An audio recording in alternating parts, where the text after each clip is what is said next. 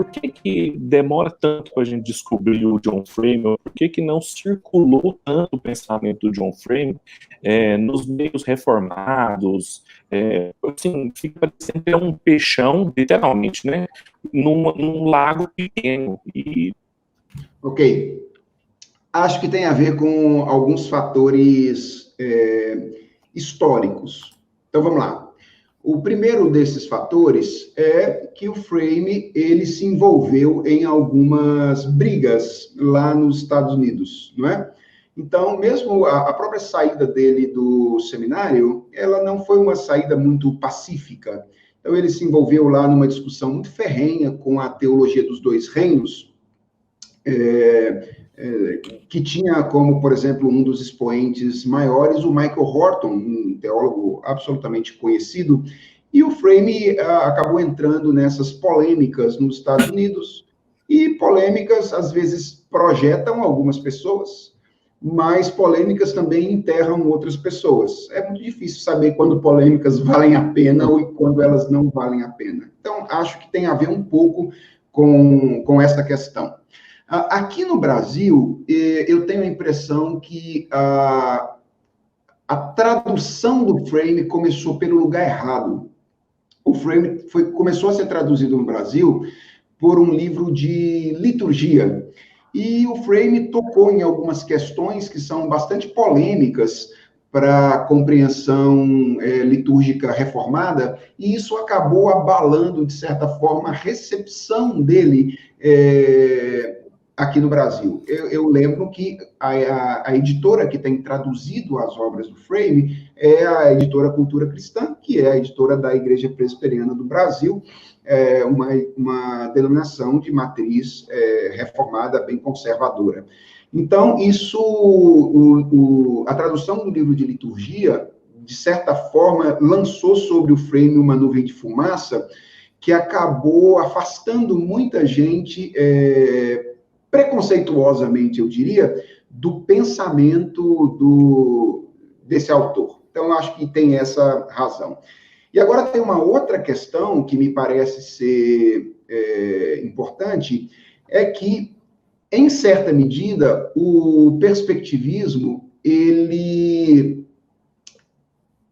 desestabiliza um pouco a gente.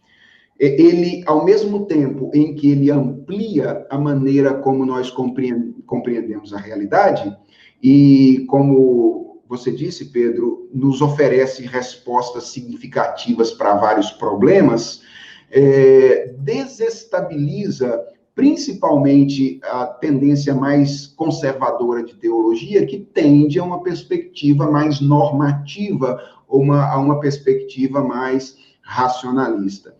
Então, a própria palavra perspectivismo causa certo arrepio em teólogos que têm uma tendência, uma tradição mais conservadora. Eu me incluo dentre esses teólogos, inclusive.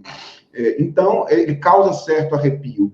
Então, demora um tempo para a gente se adaptar e conseguir se estabilizar depois de conhecer o triperspectivismo. Então, eu acho que esses três fatores, primeiro as polêmicas, depois o caminho de tradução, e depois a própria teoria em si, e a instabilidade que ela causa, instabilidade que é boa. Quando eu falo instabilidade, parece que eu estou falando de algo ruim, mas eu não creio que seja ruim, porque a instabilidade que ela causa, ela te encaminha para a única solução possível para estabilizar a existência humana, que é a relação com uma pessoa.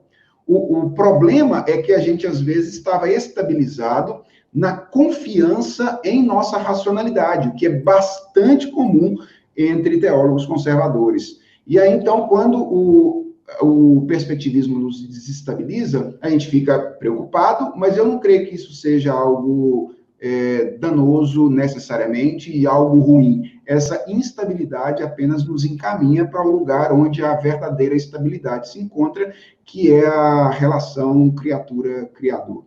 Mas eu diria que essas são as três razões fundamentais. Dito isso, Eu quero lembrar que a gente já tem algumas coisas sendo traduzidas do Frame, então a gente já tem toda a quadrilogia, né? Os textos, os 4 mais importantes textos dele traduzidos, que são a doutrina de Deus, a doutrina da palavra de Deus, a doutrina do conhecimento de Deus, que para mim tem sido um livro de cabeceira, eu tenho voltado a esse volume frequentemente, e a doutrina da vida cristã, que é um catatal de mais ou menos umas 900 páginas, que é o volume de ética do Frame. Então, a gente tem esses 4 textos, e a Cultura Cristã está agora traduzindo o material de teologia sistemática, o volume de teologia sistemática, deve sair até o final do ano, se Deus quiser. Eu espero que alguém traduza o História da Filosofia, que ele também já publicou, e é um material excelente.